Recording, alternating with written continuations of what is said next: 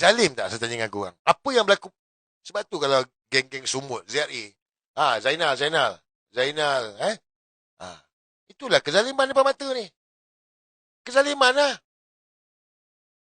Zainal, Gaza dizalimi Zionis. Ni dalam negara ni. Yusuf Rota tu. Tak kena adik-beradik kau boleh lah Zainal. Kau sembang.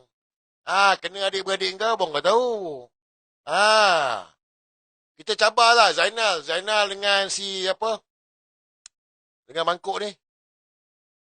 Saya memang kagum gila lah dengan Anwar Ibrahim. Satu dunia, berapa negara yang join? 40, 50, 60, tak kisahlah berapa banyak tu. Semua menjadi Anwar Ibrahim punya geng tu.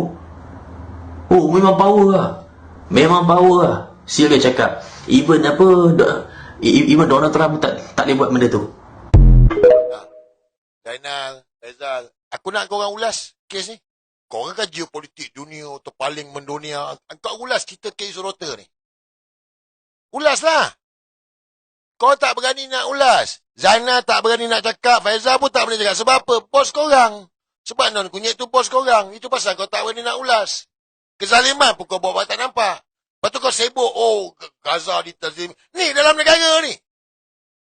Aku ni tak apalah kau tak suka. Tu Yusuf Rota tu. Apa masalah dengan korang? Apa salah budak tu? Kau boleh fikir? Otak tak ada.